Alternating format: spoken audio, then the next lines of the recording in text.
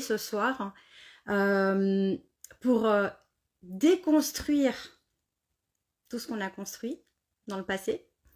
C'est un peu gros ce que je dis, mais vous allez comprendre pourquoi, pour mieux construire. Donc on va rentrer dans le vif du sujet. J'ai envie de reprendre cette grosse pandémie qui a eu la Covid, ou le Covid, je ne sais même plus comment on dit. Mais je vais vous parler un peu de cette période Covid où tout le monde était à la maison. Pourquoi? Parce que ça a été un gros boom, en tout cas pour nous thérapeutes. Ça a été un gros boom, un petit peu l'âge d'or, si je peux me permettre. Parce que justement, ça a été une période où justement les personnes, les humains ont pris ce temps pour faire des introspections. Et ça, c'est vraiment la première clé ce soir que j'ai envie de vous partager, c'est l'introspection. Pourquoi? Parce que justement, durant cette période de Covid, eh ben, on marchait tous au ralenti. En fait, tout marchait au ralenti. Tout était au ralenti. Et on a juste repris le temps d'aller à l'intérieur de soi et d'aller voir l'essentiel des choses. D'être en famille, de partager des moments qui sont plutôt rares quand on est dans le métro, boulot, dodo de la vie quotidienne qu'on connaît, telle qu'on connaît. Donc, de revenir à l'essentiel, et ben, du coup, ça a posé les gens. Mais ça a surtout suscité beaucoup d'interrogations. Mais ça a aussi suscité beaucoup de peur, d'angoisse. C'est venu en fait nous secouer, parce que c'est vraiment ça, c'est vraiment venu nous secouer. J'en oublie pas qu'il y a eu aussi des deuils à faire, des accompagnements dans le deuil à faire, parce que ça a été une période aussi assez meurtrière, j'ai envie de dire. C'est un peu gros, mais c'est vraiment ça. Et c'est toutes ces émotions qui se sont passées, qui nous ont traversées en tout cas durant cette période, où en un laps de temps assez court quand même, parce que 3-4 ans, ça a duré 3 ans, mais on y est encore un petit peu dedans. Pourquoi je vous dis ça? Parce que là, on va arriver sur la période hivernale. Et donc, on va faire quoi? On va se recroqueviller un petit peu sur nous-mêmes. Et puis, c'est là où justement, toutes ces émotions qu'on a vécues durant ce Covid, durant cette pandémie, on était un petit peu reclus, coupés du monde.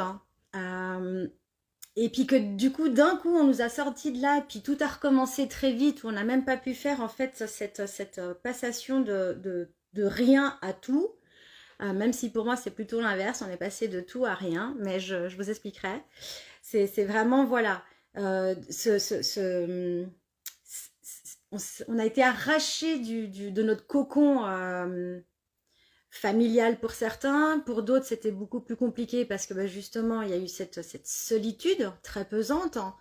Donc voilà, on l'a tous vécu de manière différente et donc on a tous été traversés par des émotions différentes. D'accord? Donc, c'est pour ça que cette première clé, l'introspection, aujourd'hui, à l'heure où je vous parle, je vous invite vraiment à recommencer cet exercice d'introspection, mais cette fois non plus sous la peur, non plus sous la contrainte, mais tout simplement en conscience, parce que ça change tout. Et de refaire un petit peu le bilan de ce qui s'est passé pour vous, de comment vous l'avez vécu durant cette période de Covid, qu'est-ce qui vous a traversé, qu'est-ce qui remonte, qu'est-ce qui est ok, de juste voilà, et ça on en vient à la deuxième clé justement, c'est venir accueillir tout ce qui remonte, toutes ces émotions, venir les accueillir et vraiment voilà, prenez le temps de dire ok, qu'est-ce qui s'est vraiment passé pour moi, qu'est-ce qui s'est passé en moi, comment est-ce que j'ai vécu ça réellement, non pas par rapport à la société, mais juste moi. Comment est-ce que je l'ai vécu? Et encore plus loin, pour ceux et celles qui arriveraient à détecter tout ça, d'aller voir aussi quelle blessure ça a fait remonter chez vous. Qu'est-ce que c'est venu réveiller chez vous? Pourquoi je dis ça? Parce que moi, j'ai eu des gens qui sont venus durant la période de Covid, justement, que j'ai eu en fait non pas au cabinet, parce qu'à l'époque on ne pouvait pas, mais en visio. et qui avait justement des phobies qui étaient remontées, la phobie d'être enfermé, la phobie ouais, euh, la phobie de mourir, enfin il y a eu plusieurs phobies qui sont ressorties et donc des crises d'anxiété incroyables. Et quand on est allé regarder un petit peu dans les vies antérieures, eh ben, on s'est rendu compte que dans le passé, il y avait encore des mémoires de traumas qu'ils avaient vécu dans d'autres vies qui, par ce fait d'avoir été enfermés, même si c'est chez nous, mais on a quand même été enfermés de cette grosse pandémie, et ben du coup, il y a cette mémoire qui s'est réveillée et qui leur a donné en fait des phobies. Donc c'est pour ça que c'est super intéressant de venir faire cette introspection en conscience, de prendre un bloc-notes et puis de juste, j'inspire, j'expire et puis juste je viens voir qu'est-ce qui remonte dans mon corps. Où est-ce que ça stagne? Est-ce que c'est dans mon ventre? Est-ce que c'est sur mes épaules? Est-ce que c'est mon bassin? Qu'est-ce que ça vient impacter dans mon corps physique aussi? Parce que notre corps physique a beaucoup de choses à nous transmettre et à nous dire. On a juste perdu de vue cet outil incroyable de communication pour justement se dire « Ah, tiens, alerte, il y a un truc que mon corps essaie de me dire, mais on ne prend plus le temps de l'écouter. » Parce que justement, on est revenu dans cette routine de métro, boulot, dodo, malheureusement un peu trop vite à mon goût. Mais je pensais vraiment, voilà, j'ai espoir en tout cas qu'il y ait des bonnes choses qui soient ressorties de ce Covid, comme justement reprendre le temps de penser à soi et de retrouver un petit peu ces valeurs hein, qu'on a et puis ces moments qui nous appartiennent où on a besoin justement de penser un petit peu à nous et puis de se sentir bien et puis de se dire ok ben là je prends le temps, prendre le temps, ça c'est tellement beau, prendre le temps d'accueillir justement tout ce que cette période de Covid est venue m'a amené plutôt comme émotion. Voilà, est venue réveiller chez moi comme émotion. Donc voilà, première clé, c'est vraiment cette introspection. Deuxième clé, venez juste prendre le temps d'accueillir sans jugement. Vraiment, ne vous jugez pas. Souvent, on va se juger, et pourquoi et comment. Non, juste accueillir. On est juste dans l'accueil de ce qui vient. Si vous avez besoin de pleurer, vous pleurez. Vous avez besoin de crier, vous criez. Il y en a, ils se sont sentis suffoqués. Donc, ils ont vraiment besoin de prendre de l'air, en fait, de remplir ses poumons d'air et de se dire non, j'ai besoin d'une bouffée d'air, d'oxygène, de renouveau. Et c'est ok. Mais prenez ce temps de le faire, ce travail, parce qu'il est vraiment, vraiment, vraiment important. Et puis, je vais même aller plus loin. Pour ceux et celles qui ne le feraient pas, ou qui ne prendront pas le temps de le faire, cette période hivernale qui arrive, on en a discuté, on a beaucoup échangé avec d'autres collègues thérapeutes. Ça va être assez lourd énergétiquement ce qui va nous arriver de nouveau ces prochains temps. Je ne parle pas de Covid ou de maladie, quoi que ce soit, mais c'est surtout cette retombée au niveau émotionnel, l'impact que ça va faire cet hiver. Voilà, de nouveau rentrer en hibernation, de se retrouver un peu seul. Les jours, comme vous savez, vont devenir beaucoup enfin les journées plus courtes, pardon, j'en perds mon français. Mais c'est vraiment de venir reprendre ce temps de dire ok je fais ce travail parce que sinon je pense que pour ceux qui ne le feraient pas ou qui restent dans le déni ça risque juste de leur exploser en pleine figure et ce serait dommage. Donc voilà, ayez juste justement on arrive à l'autre clé qui est le courage. Ayez le courage de venir accueillir ces émotions, mais surtout de vous ouvrir au changement. Parce que cette période Covid nous a changé. Elle a changé tout le monde. Elle a changé notre façon de vivre, elle a changé notre façon de penser, notre façon de voir la vie. Elle nous a ramené aussi à l'essentiel. Elle nous a ramené à la base de la vie.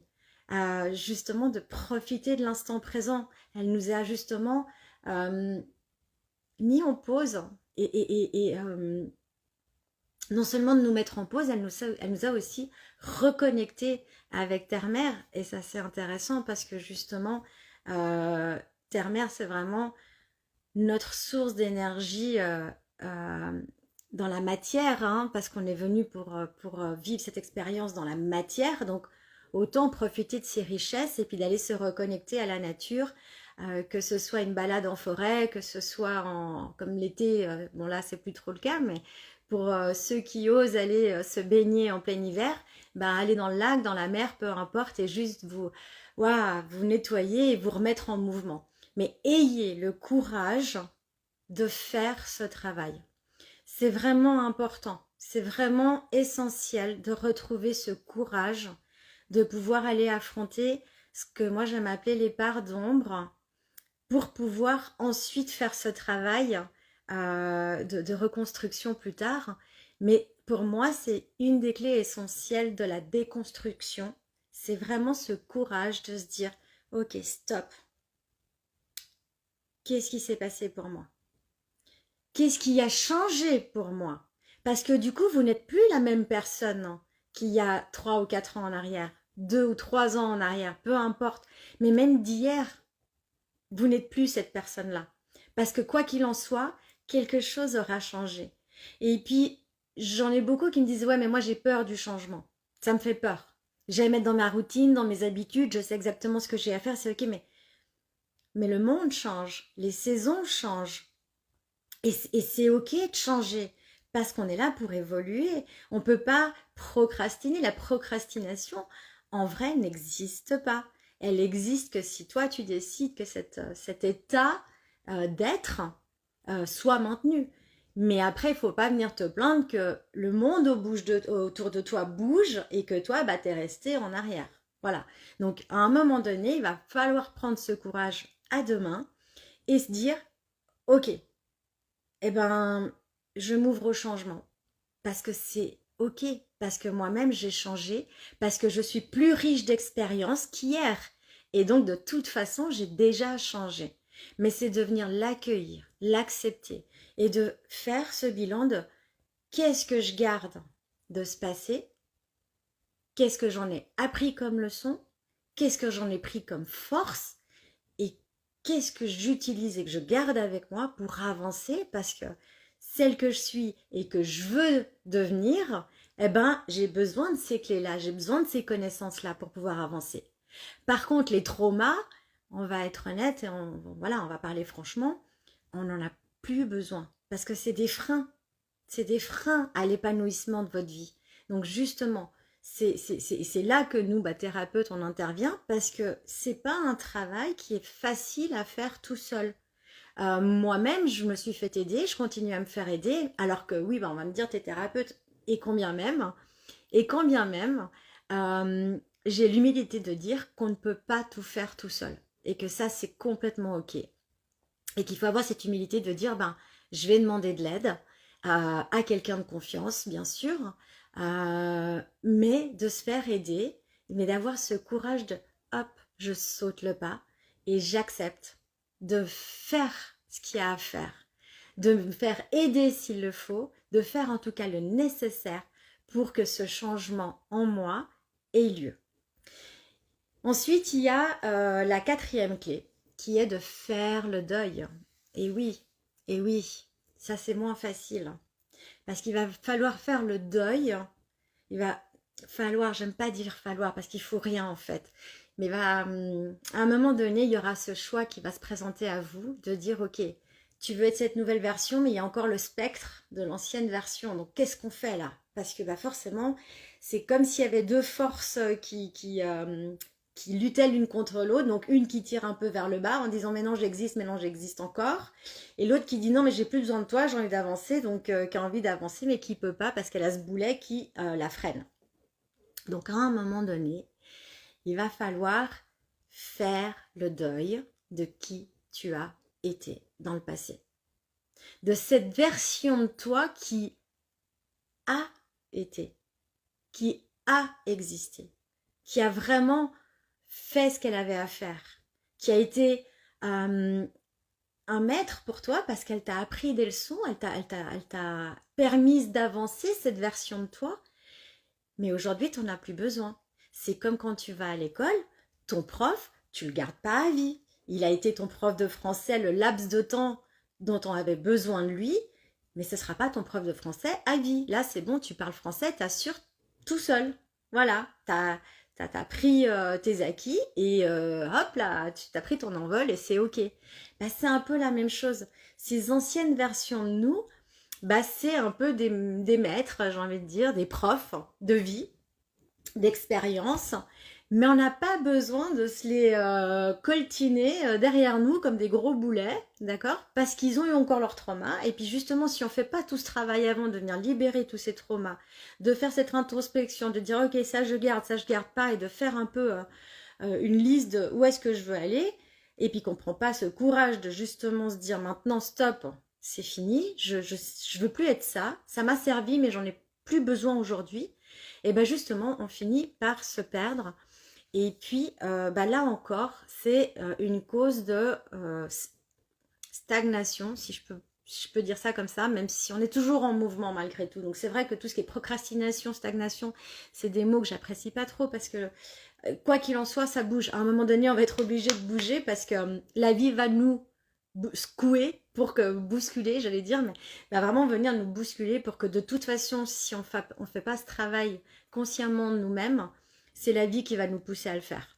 Ça sera juste un peu moins drôle parce que la vie, les cadeaux, souvent ils sont mal emballés, même si c'est des vrais cadeaux super précieux, magnifiques qui valent de l'or. Mais l'emballage est souvent pas top.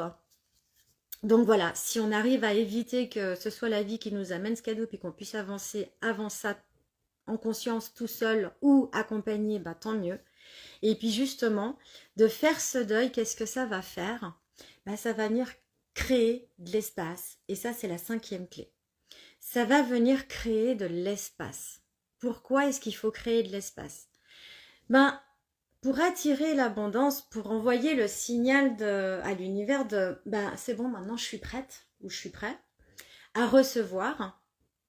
Je suis prêt à me mettre en mouvement, je suis prêt à changer, je suis prêt à avoir, je sais pas, un nouveau job, un nouveau copain, une nouvelle copine, de nouveaux amis ou peu importe en fait, des nouveaux vêtements. Voilà, on va prendre l'exemple des vêtements. Voilà, je suis prête, j'ai envie de refaire ma garde-robe cet hiver, je veux complètement refaire mon armoire. Bah, l'univers va me dire, ok, c'est cool que tu veuilles refaire ton armoire, mais est-ce que tu as fait le tri dans ton armoire? Est-ce qu'il y a de la place pour accueillir des nouveaux habits? Et ça, c'est mon job. Ça, c'est à moi de le faire. C'est à moi de montrer et d'acter dans la matière que j'ai fait de l'espace, que j'ai fait de la place et que je suis prête à recevoir. C'est comme si tu te mets en relation et puis que bah, tu as envie de te faire comprendre à ton copain ou à ta copine que bah, voilà, tu as envie de lui faire un peu de l'espace à la maison pour que la personne vienne plus souvent. Bah, qu'est-ce que tu vas faire? Tu vas lui faire de la place dans ton armoire. Et ça, c'est un signe où tu vas ouvrir et tu vas lui dire, bah voilà, regarde, je t'ai fait de la place. Je te fais de la place dans ma vie. Bah là, c'est un peu la même chose. C'est vous faire, vous, de la place dans votre vie en faisant le deuil des parties de vous qui sont passées, qui ont existé, mais qui n'ont plus lieu d'être, qui ont été des profs, comme je disais tout à l'heure. Et puis de dire, ok, bah maintenant, je fais de la place parce que j'ai besoin d'autres profs, parce que j'ai envie de vivre d'autres aventures. Et c'est là où justement ce jeu de changement et de construction, donc la prochaine clé, ça va être la construction, c'est là où ça va arriver dans votre vie parce que du coup, ben, vous avez la place pour fixer de nouveaux objectifs. Vous êtes complètement aligné pour les recevoir. Et puis surtout, vous êtes complètement aligné avec qui vous êtes aujourd'hui, dans le temps présent. Là maintenant, à l'instant où je vous parle, qui êtes-vous là maintenant tout de suite? Est-ce que vous avez fait cet espace pour pouvoir commencer à poser vos nouveaux objectifs? Parce que de toute façon, on a tout le temps des nouveaux objectifs. Et c'est ça la vie. Un enfant, il a tout le temps des nouvelles idées. Il a tout le temps, ça fuse. Et du reste, souvent, on dit les enfants, mais mon Dieu, quelle vivacité, quelle ténacité, ils sont bigouts, comme on dit chez nous en Suisse. Et pour nous, adultes, des fois, ça nous épuise. Mais en fait, ils sont inspirants parce que c'est exactement ça. Si tu veux vraiment avancer dans ta vie, eh ben, il te faut des nouveaux challenges, il te faut des nouveaux objectifs. même si tu aimes en partie cette routine, l'un n'est pas à exclure de l'autre. Tu peux avoir une certaine routine, mais de venir faire en sorte de la bousculer de temps en temps pour continuer à avancer et avancer et avancer. Et c'est aussi pour ça qu'on est là et surtout pour ça qu'on est là. Donc surtout, n'hésitez pas à me dire dans le chat, dans vos commentaires, ce que vous en pensez. Mais pour moi, c'est vraiment en tout cas le sens même de la vie que d'être venu pour évoluer et apprendre et surmonter encore des challenges et encore et encore et encore, et puis de justement dire à ces anciennes versions de moi, merci d'avoir existé, merci d'avoir fait de moi celle que je suis, merci pour les clés que vous m'avez données, les enseignements, et je prends ce qui est bon à prendre et le reste je libère parce que vous imaginez, ça devient super lourd là, ça devient contracté, le bas du dos contracté, les boyaux on n'en parle même pas. Et puis il y a encore tous ceux qui viennent me voir en disant ben je prends du poids, j'arrive pas à perdre de poids, pourtant je te jure j'ai fait tous les régimes du monde, j'ai fait ça. Ben ouais, mais le poids des émotions, mais oui, ben ouais, les poids des émotions, si tu libères pas et tu gardes tout ce que tu as mangé comme émotion durant je ne sais combien d'années, ben, c'est normal qu'à un moment donné, elles vont devoir se mettre quelque part. Et c'est ce que je disais en début de vidéo, le corps, ben c'est notre meilleur indicateur pour savoir où on en est à ce niveau-là. Donc c'est super, super, merci Sam, bah oui absolument. Et donc elle peut vous le dire, hein, puisque justement c'est son métier, hein, elle est dans l'esthétique. Donc si vous voulez une pro, en tout cas pour avoir des conseils, allez la voir parce qu'elle va pouvoir vous répondre. Mais en tout cas, c'est cool parce qu'elle confirme ce que je vous dis. C'est vraiment important de juste reconnecter à son corps et de prendre 2 secondes, de s'arrêter puis de dire ah ouais, bah vous voyez, voilà, là j'ai des frissons quand je vous en parle. Alors je sais que c'est ma petite technique à moi pour savoir que je dis pas trop de bêtises. Je vais rester polie. Mais voilà, je sais que j'ai créé un lien avec mon corps en fait. On est venu s'incarner dans la matière. Ok, on est une âme à la base, une énergie, c'est ok. Mais on a voulu faire une expérience humaine qui est dans la matière. Et en fait, qu'est-ce qu'on fait? On n'est pas du tout connecté à ce corps, on n'est pas du tout relié, on l'écoute pas. Puis après, on veut juste paraître, mais sans être. Donc, c'est ok d'aller chez l'esthéticienne. Et ça, alors je vous le conseille, mais vivement. C'est ok d'aller faire des manicures. Et c'est génial, il faut le faire. Mais de le faire juste beau, pour cacher, pour penser ce qu'il est en train d'essayer de crier, d'essayer de vous dire qu'il a mal, bah ça joue pas, ça va pas. On peut pas juste mettre du fond de teint et pas nettoyer sa peau dessous, quoi. Vous allez la détruire, votre peau. C'est d'abord on nettoie sa peau, on met du fond de teint, on retire le fond de teint, on exfolie sa peau. Enfin, je suis pas douée là-dedans, c'est plus de nouveau Sam qui sera plus doué de vous l'expliquer, mais en tout cas le process me paraît logique. Je ne veux pas remettre des couches et des couches et des couches et des couches de fond de teint sans prendre le temps de nettoyer ma peau avant, quoi. Je veux pas. Vous êtes en train de l'étouffer, et ben là c'est la même chose. Donc c'est très bien d'aller faire les ongles, c'est génial, c'est super joli. On va vous voir dans la rue, ah ouais t'es super pimpante, t'es bien, mais à quel moment t'as écouté ton corps et t'es voir les bobos intérieurs, quoi. Donc voilà. C'est super important de prendre ce temps de se reconnecter à la matière. Et la matière, pour nous, humains, c'est notre corps. Voilà. Donc reconnectez-vous à ce corps, histoire de comprendre, d'accueillir, parce que plus vous allez l'écouter, plus vous allez vous connaître. Ouais, j'ai envie de dire ça comme ça. Parce que du coup, vous allez être en reliance aussi avec votre intuition, avec l'âme, appelez-la comme vous voulez. Souvent, mes clientes, elles viennent me voir et elles me disent « Ah, mais j'ai besoin de réponses, j'ai besoin... » Et c'est là que vous allez comprendre la magie du corps humain, quand il est connecté avec l'âme. C'est cette reliance entre les deux qui va faire que vous avez toutes les réponses en vous. Vous avez toutes les réponses en vous. C'est juste incroyable ce qu'on peut faire. Moi, il y a un outil que j'adore, c'est l'écriture intuitive, parce que justement, mon âme passe par mon corps physique pour me dire ce qu'elle a à me dire. Et c'est juste, mais incroyable quand on arrive à faire ça parce qu'on a toutes les réponses et j'ai pas besoin d'étaler ma vie à droite, à gauche. Ça reste justement dans mon intimité et pourtant j'arrive à avancer. et ça me permet de faire le deuil, de me faire l'introspection, de faire l'accueil de mes émotions. Et j'ai le courage du coup de libérer ce qui est à libérer, avec de l'aide s'il le faut. Hein, je préfère le souligner et le redire, parce qu'il faut vraiment avoir cette humilité de dire qu'on peut demander de l'aide.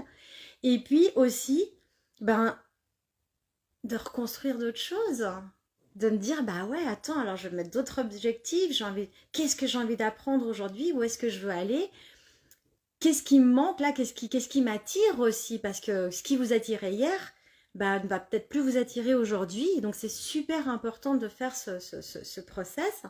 Et puis la dernière clé que j'ai envie de vous communiquer ce soir, c'était vraiment la clé de la ténacité. Juste ne rien lâcher. Ne rien lâcher. Il y a une citation que j'aime énormément. C'est toujours se souvenir de quoi on est capable, mais surtout se dire que nos nouveaux objectifs ne sont pas négociables. Toujours se souvenir de quoi on est capable, de ce qu'on a déjà fait. D'accord? Ça, c'est vraiment la base. Souvenez-vous de tout ce que vous avez déjà fait et accompli dans votre vie. Souvenez-vous de quoi vous êtes capable. On est tous capables. Tous. Il y en a qui ont surmonté des cancers, il y en a qui ont surmonté le Covid, il y en a qui ont surmonté des licenciements, des divorces, des avortements, des fausses couches. Enfin, on a tous surmonté quelque chose de super dur dans notre vie au moins une fois. Et je pense que si vous êtes là ce soir, c'est que justement vous avez survécu à ça. Donc si vous avez pu survivre à des choses extrêmement douloureuses, aujourd'hui je pense qu'il est juste le temps de les accueillir, de les remercier. Moi ça me touche parce que j'ai vécu pas mal de ces choses. Et ça me touche pourquoi? Parce que justement, je les ai libérées et j'ai tellement de gratitude pour ces expériences. Parce qu'aujourd'hui, justement, ça me permet de savoir qui je suis vraiment, ce que je veux et surtout ce que je veux plus. Et surtout, comment faire si ça devait se représenter pour justement alléger ma peine, alléger l'émotion, l'accueillir et ne pas faire en sorte qu'elle stagne pendant des années et qu'elle amène peut-être des maladies. Parce que c'est le cas, hein, c'est un jour ou l'autre, c'est ce qui arrive, à force d'avaler les émotions. Comme je disais tout à l'heure, le corps, à un moment donné, va dire stop, je peux plus, j'ai plus de place, j'y arrive plus, je sature.